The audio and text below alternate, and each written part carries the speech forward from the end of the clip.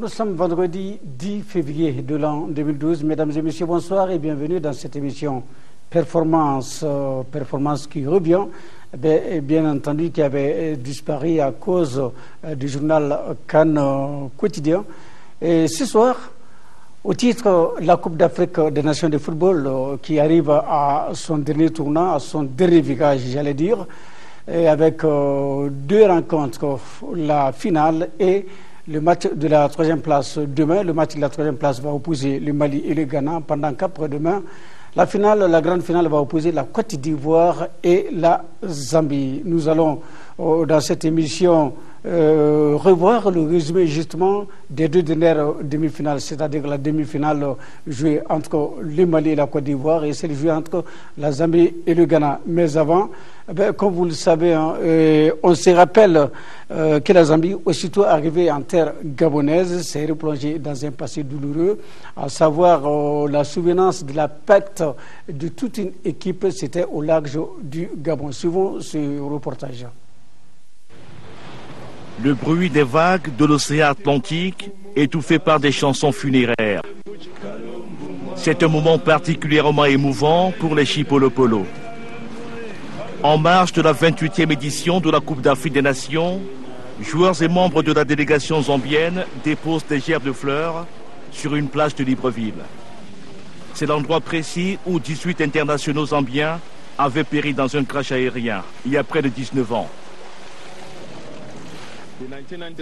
En 1993, les Chipolopolo sont venus dans cette ville pour tenir une promesse.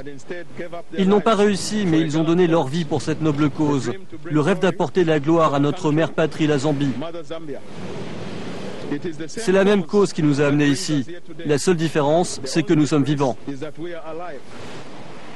Voici quelques rares objets appartenant aux 30 personnes, dont les internationaux zambiens décédés lors du crash qui s'est produit ici, après le décollage de l'avion de l'aéroport de Libreville.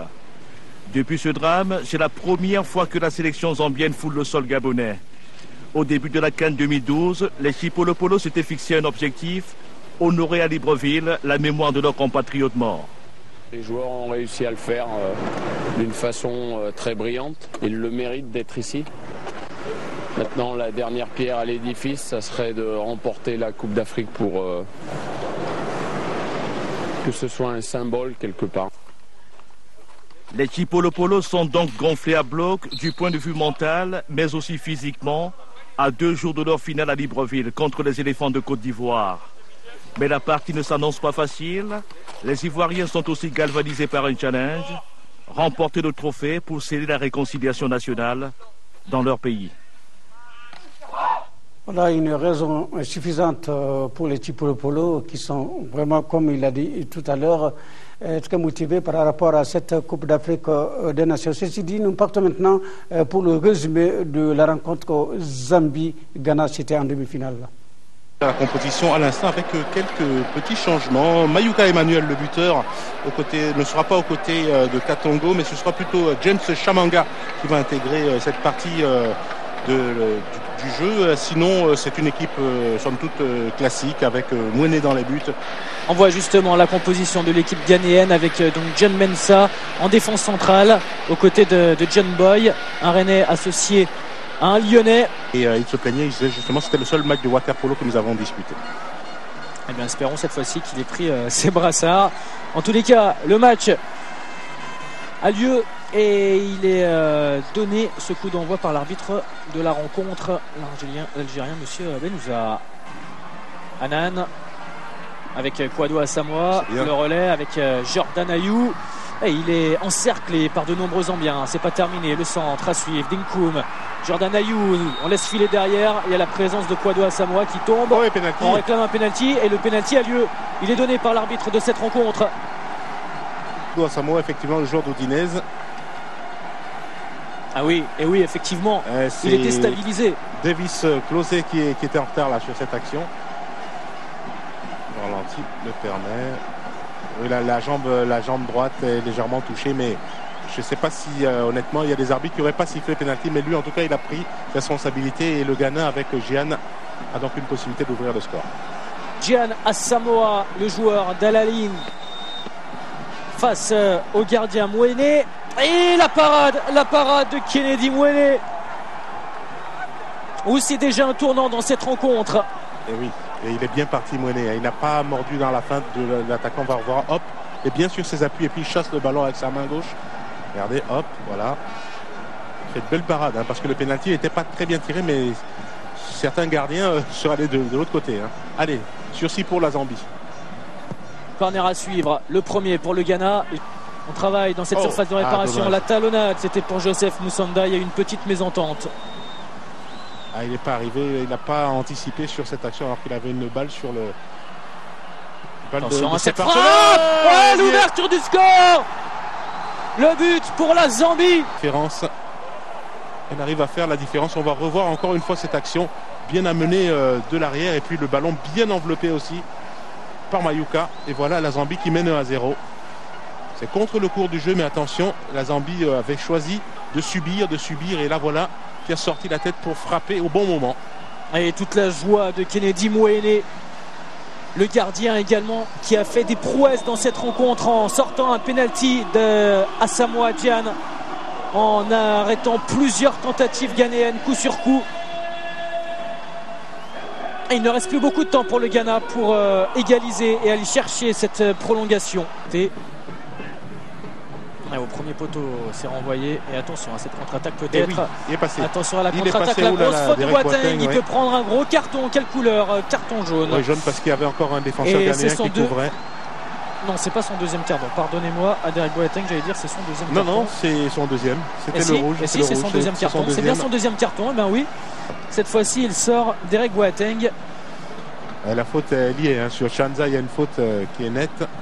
Voilà la première faute là, dans les reins, le bas du dos de Katongo, qui lui avait valu un premier carton. Et là, c'est le deuxième carton qui est tout aussi logique, qui est mérité. Donc voilà. Alors, Derek Boateng à la récupération.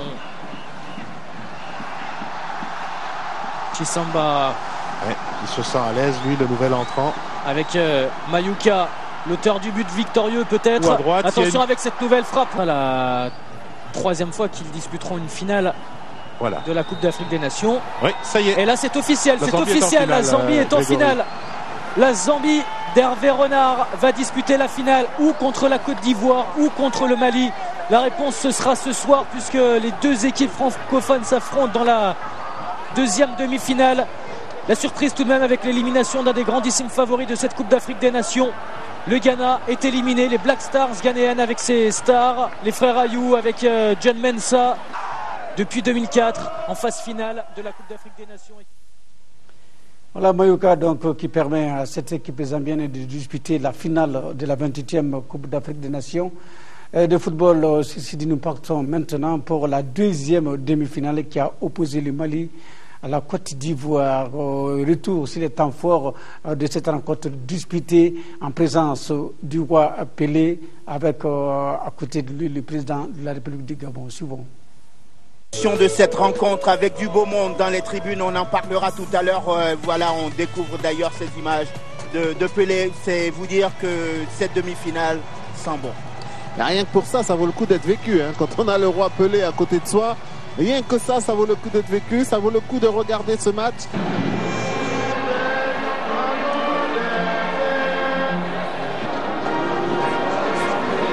Le Mali avec une composition classique qu'on connaît déjà, Tamboura, Kanté, Berté, Diakité. Diakité, l'autre Diakité, Traoré au milieu de terrain. Devant, Yasso, Keita, Yatabaré. Ses adversaires du jour, Siaka Tiéné, Kolo Touré, Bamba, Gosso. Le coup d'envoi de cette deuxième demi-finale, on connaîtra au bout du suspense le futur adversaire de la Zambie qui s'est imposé face au Ghana 1-0, surprenante équipe zambienne. Mais ce soir, c'est cette deuxième demi-finale qui nous intéresse entre la Côte d'Ivoire en orange pour ceux qui découvrent le football, on ne sait jamais. Tiens, il en a trouvé le centre dans la surface de réparation, Gosso qui a pris un risque en voulant amortir ce ballon et la bonne défense. C'est Didier Drogba lui-même qui est venu prêter main forte à sa défense. On ne lui a pas parlé à Traoré. Il est parti. Diarvinho, l'accélération de Diarvinho. Est-ce qu'il a vu qu'il y a des partenaires? Il va aller au bout. Là, j'ai pas compris. Incroyable. superbe. Magnifique ce qu'a réalisé Gervinho, rien à dire. La course, la conduite de balle, il avait déjà dans la tête ce qu'il voulait faire. Il est parti de très très loin. Mais par contre, il y a quelque chose que je n'ai pas compris depuis le début du match. Kanté, il est remarquable. Mais là, par contre, je ne comprends pas pourquoi l'un des défenseurs centraux, et certainement qu'Alain Giresse a dû voir la même chose, on va le voir dès le départ. Là, il n'y a pas de problème. Il accélère, Gervinho. Et déjà, là, regardez ce que fait Kanté. Il s'éloigne. Plus il s'avance, Gervinho, plus lui, il s'éloigne. Il doit venir couper la trajectoire. Il doit venir. Alors, là, véritablement, j'étais défenseur, je peux me permettre de le dire. Mais je peux vous assurer que je n'ai pas compris. Il a donné toute la possibilité, en tout cas à Gervinho, de rentrer, d'aller frapper. Il doit venir. Regardez Alain Giresse, il n'est pas content. Et je suis persuadé qu'il a vu ce genre d'erreur également. Et oui, il a de quoi ne pas être content, d'autant qu'on s'achemine vers la fin de cette première période. Et Gervinho est venu chercher le ballon au milieu de terrain. Il a appuyé sur l'accélérateur. Et derrière, Kanté qui faisait un énorme match depuis le début de cette partie. On pensait qu'on irait à la mi-temps de cette rencontre à 0-0. Eh bien non. C'est Gervinho qui est sorti du diable Vauvert de nulle part pour aller marquer ce but et ouvrir donc le score. Côte d'Ivoire 1, Mali 0. Pour le mettre hors de portée de Kopa Barry, cet homme. Attention, premier poteau. Ah là là. Non. Cette équipe malienne qui est déjà revenue au score dans les dernières secondes face au Gabon. Pour l'instant, l'arbitre Bennett n'a pas sifflé la fin de cette partie. On va se précipiter et c'est terminé. C'est terminé au stade d'Agondié de Libreville où la Côte... Voilà, 1-0 donc pour la Côte d'Ivoire face à cette vaillante équipe du Mali en demi-finale de la Coupe d'Afrique des Nations de football, la 28e édition. Et parmi vous, il y en a qui veulent savoir pourquoi deux joueurs clés de l'équipe nationale du Mali n'étaient pas dans cette rencontre, à savoir Modibo Maïga de Souchou et Abdou Traoré de Bordeaux.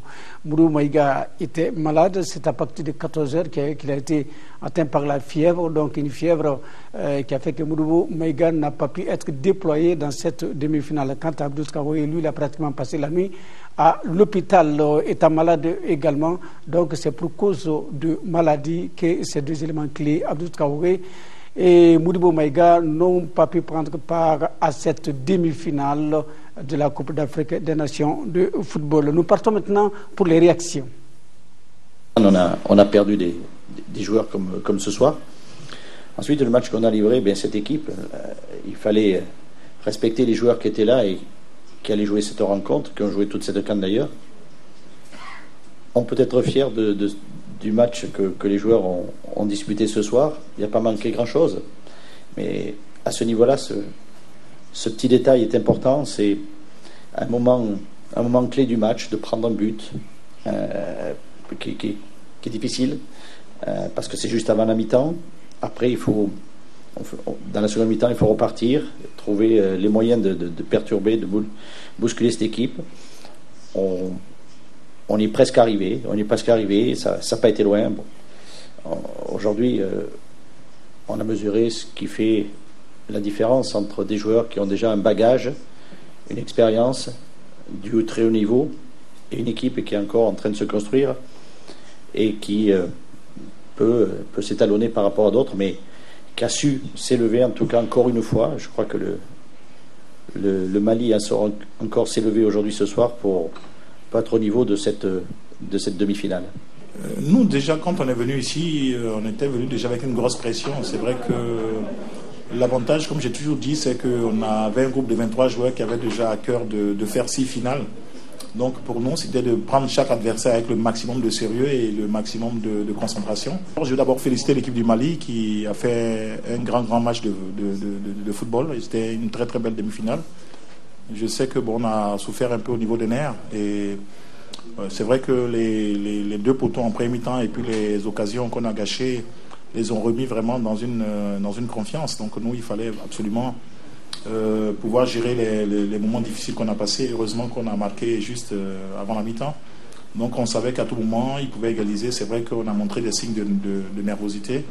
Mais dans l'ensemble, j'étais fier des gars parce qu'ils ont su gérer le match avec beaucoup de calme et beaucoup de patience. Et effectivement, j'ai montré des signes de nervosité, mais c'est vrai que j'aurais dû leur communiquer encore plus de calme. Vous avez raison. Côte d'Ivoire nous a mis beaucoup de pression, ils ont touché les poteaux, ils ont vraiment bien joué, mais après le rythme a baissé et on en a profité pour développer notre jeu. Je pense qu'on a joué vraiment avec un super état d'esprit. On n'était pas favori aujourd'hui, mais on voulait emmener cette équipe en finale.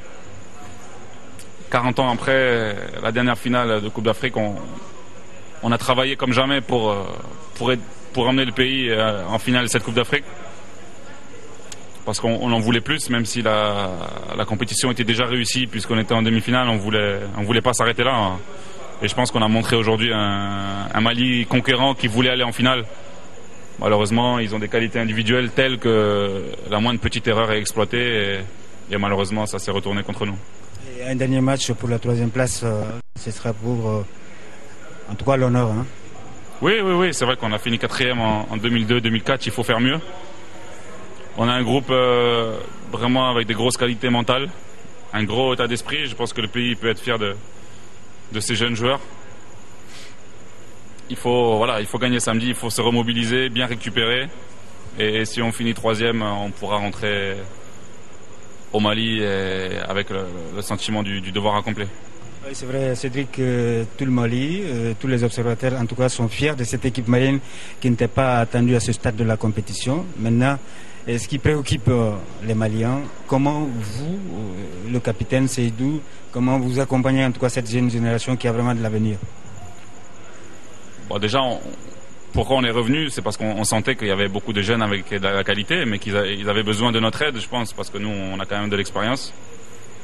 Et parce qu'on se sentait redevable avec l'équipe nationale qui nous avait beaucoup apporté, mais on n'avait pas eu les résultats escomptés. Bon, on va continuer à les guider parce qu'ils sont à l'écoute. Ils ont beaucoup progressé pendant cette compétition.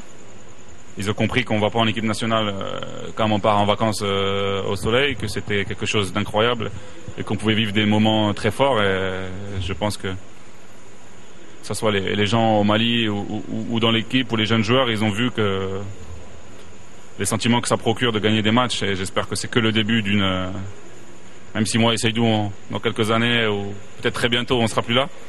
J'espère que c'est quand même le début d'une belle période pour le football malien. Une belle aventure, Cédric, quel que soit le résultat face au Ghana, on peut compter sur le capitaine pour quelques temps encore. Hein. Oui, c'est tant que je sentirai que je peux apporter quelque chose, je continuerai. Après, voilà, vous savez comment c'est. Parfois, il faut laisser la place aux jeunes, mais je pense que pour l'instant, tant qu'on est performant, il faut continuer à aider le Mali. C'est vrai qu'aujourd'hui, l'envie était là pour aller en finale, mais malheureusement, ça n'a pas marché. On a perdu 1-0.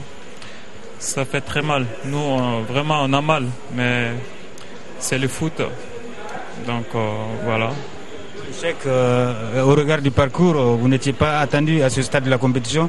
Il y a de quoi être fier de cette équipe malienne. Franchement, dans cette équipe, il y a la solidarité. Entre nous, on s'aime bien.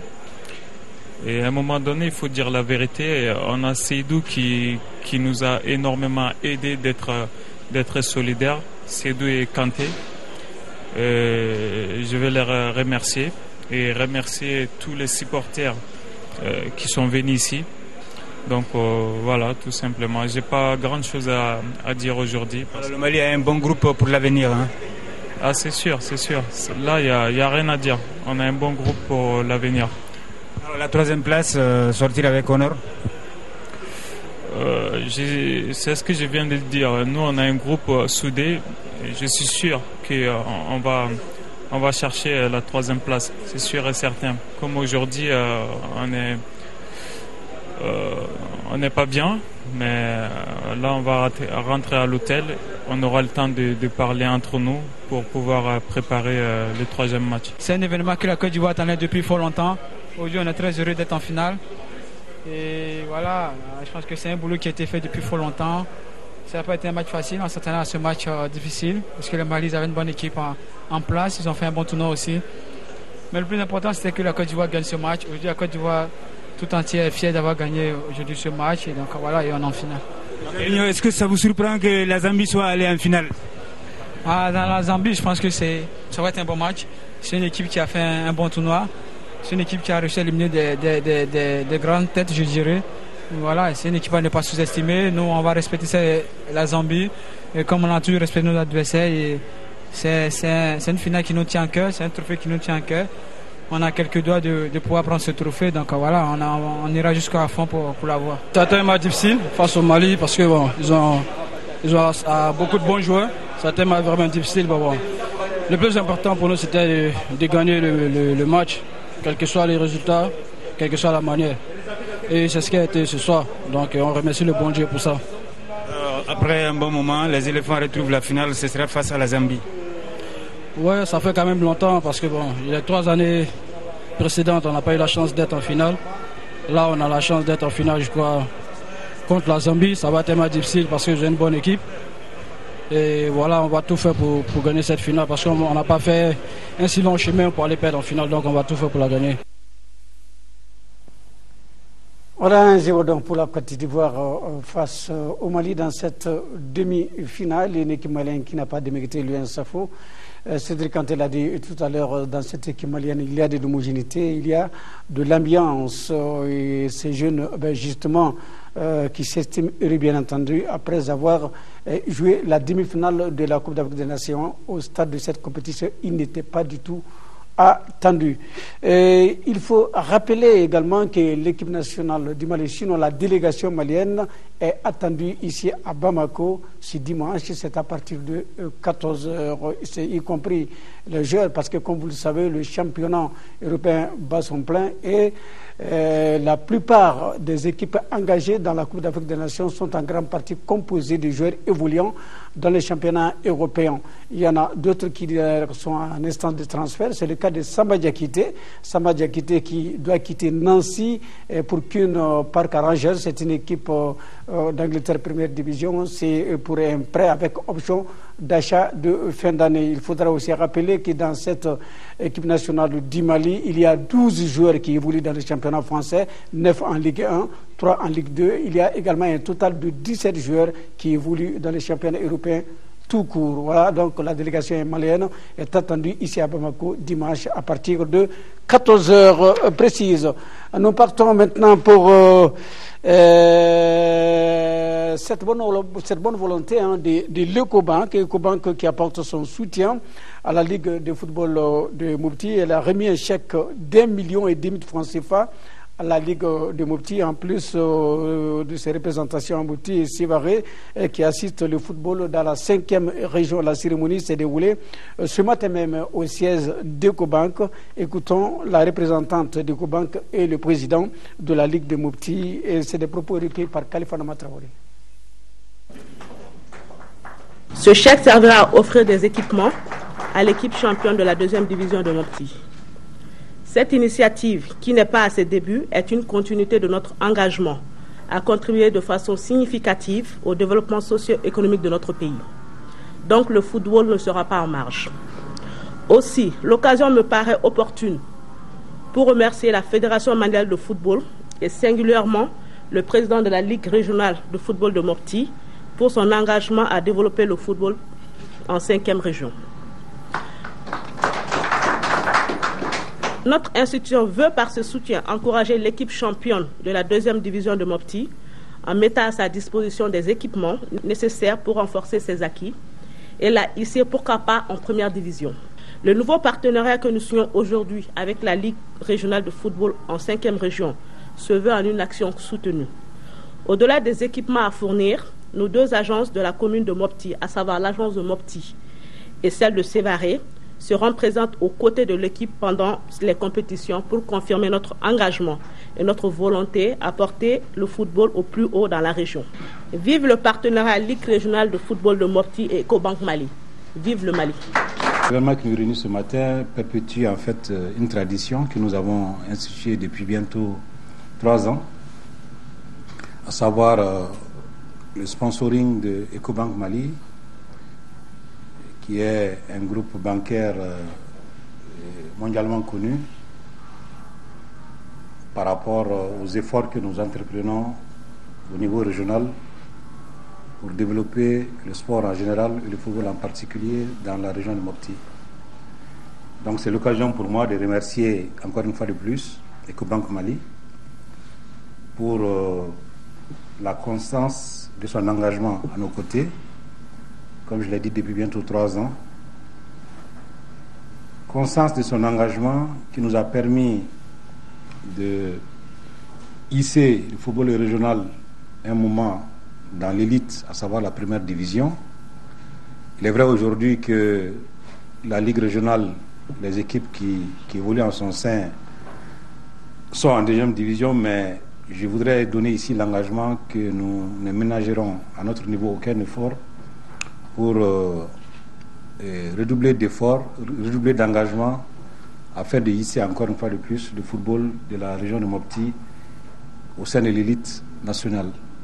Donc je voudrais vraiment remercier très chaleureusement Ecobank Mali et lui dire que bon usage sera fait de son apport en faveur du football régional. Voilà, merci donc à Ecobank. Ils étaient là, les ressortissants de Mopti, il y a quelques mois certainement, qui est manqué à l'appel.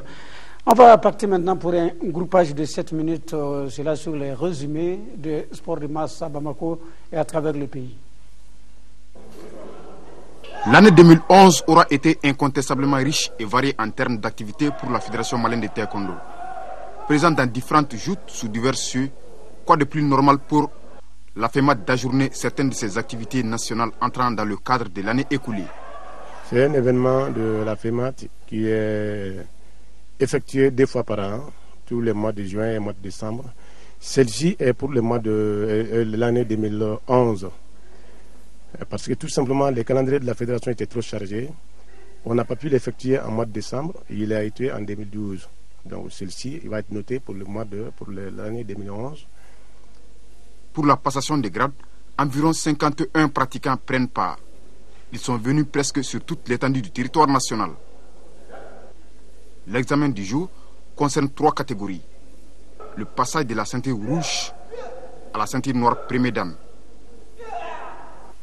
Du premier dan au second dan et du deuxième dan au troisième dan. C'est ainsi qu'en la matière, les postulants devant le vigilant d'imminent jury ont passé au pain fin différentes épreuves à trait au mouvement d'ensemble et individuel, aux attaques défense, aux techniques de casse, au combat, pour ne citer que ceci. Déjà à mi-parcours, il y a lieu de faire des observations. Le niveau était plus ou moins bon chez certains. L'autre côté, c'était un peu moins bon parce que tout simplement, il y a longtemps qu'ils n'ont pas pris part au passage des grades. Alors, dès qu'ils viennent, c'est un changement pour eux. Alors, là où le niveau est bas, qu'est-ce qu'il faut faire? Là où le niveau est bas, justement, la commission technique fera l'effort de déplacer quelqu'un vers ici pour voir comment il faut améliorer les niveaux. Alors, un stage, n'importe quoi, pour que le niveau puisse remonter là-bas au niveau de la compétition et au niveau de technique de base. À en croire les responsables de la FEMAT, l'année 2012 sera aussi prometteuse comme 2011. Le basketball malien se souvient d'un homme qui a consacré sa vie à cette discipline. Feladji Dabi Camara a été arbitre international et entraîneur de l'AS Biton de Ségou. L'Union sportive de Miankala, l'AS Police et la commune 5 de Bamako et l'équipe de Ségou se rencontreront en hommes et dames lors de ces mémorials. Le match d'ouverture a vu l'équipe de Ségou hommes s'imposer face à celle de la commune 5 par le score de 38-32. La deuxième confrontation s'est terminée par la victoire des Ségouviennes devant la commune 5 par le score de 25-24. La fédération malienne a invité les jeunes à suivre l'exemple de Feladji Dabi Camara pour la promotion du basketball malien. Le devoir de mémoire que Ségou est en train de faire ici, en faisant un mémorial pour Ladji Dabi Camara, est une très très bonne chose. Nous ne devons pas oublier ceux qui ont fait ce basket dans notre pays, ceux qui ont été entraîneurs, ceux qui ont été arbitres, ou même anciens basketteurs ou anciennes basketteuses. Donc c'est un devoir de mémoire que la fédération salue à sa juste valeur. C'est que le gouverneur de Ségou et son directeur de cabinet sont tous présents aux activités du bureau de la Ligue de Ségou. Donc c'est une grande chance, ça veut dire qu'ils ont un soutien local et ils doivent le capitaliser afin de sortir pour le Mali des jeunes joueurs et des jeunes joueuses capables d'évoluer en équipe nationale. La famille Camara apprécie les gestes des responsables du basketball malien. Mes vœux de remerciement à l'endroit de toutes les personnes ressources qui n'ont ménagé aucun effort pour la réussite de cet événement tant souhaité. C'est un moment d'émotion et d'autre part un moment de gaieté et de joie. Le gouverneur de la région de Ségou a demandé une implication de tous et de chacun pour la réussite du basketball malien qui fait de bons résultats sur le plan international. Nous disons que cette cérémonie s'inscrit dans le cadre de la relance du sport parce qu'en fait ce sont des occasions qui permettent aux jeunes de se souvenir des hommes qui ont déjà fait leur grand temps et aussi de se comparer à eux pour qu'on puisse avoir des grands hommes en repère, avoir également de la volonté et de tout ce qui peut permettre à ce sport de se développer dans notre région. La finale de la Coupe Badian Dambélé de football deuxième édition a opposé sur le terrain municipal de Pelingana l'équipe FC Pro de Pelingana en bleu et celle de la librairie Asco en vert ce week-end. Dès l'entame de la partie, Asco mène une action offensive et ouvre le score par Hamza Irango à la première minute. 1-0 pour Asco. Cueillis à froid, les Bleus réagissent en multipliant les attaques par Sekou Diakité et Bourama Kane sans obtenir l'égalisation jusqu'à la pause. À la reprise, FC Pro met la pression sur Asco, mieux organisé en défense autour de Daouda Diarra. La partie gagne en intensité. Malgré les changements opérés de part et d'autre et les actions offensives, le central Seydou Kourago siffle la fin du temps réglementaire sous le score de 1-0 pour Asco. Asco gagne ainsi les trophées, 100 000 francs et 1 jeu de maillot. Le vaincu FC Pro gagne 50 000 francs et 1 jeu de maillot. La troisième place revient à l'AS Badje qui gagne 25 000 francs. Le meilleur joueur de la compétition, Bourama Kane de FC Pro, et le meilleur buteur, Adaman Kamara de l'AS Badje, ont été récompensés. Les parrains de la compétition y trouvent un réel plaisir en mettant en compétition les jeunes à travers le football. Et aujourd'hui, nous avons vu un bon football et j'ai d'ailleurs témoigné pour dire que je pense que Pelingana pourra essayer d'aller à la Ligue de Ségou. Parce que ce que nous avons vu ici aujourd'hui témoigne vraiment de la vivacité de la jeunesse et puis surtout des conditions dans lesquelles nous avions vu les jeunes opérer sur le terrain. Les techniciens apprécient l'initiative de Badian Dambélé. Donc on veut que ça soit la première, que ça ne sera pas la dernière. Et les autres qui sont dans le village.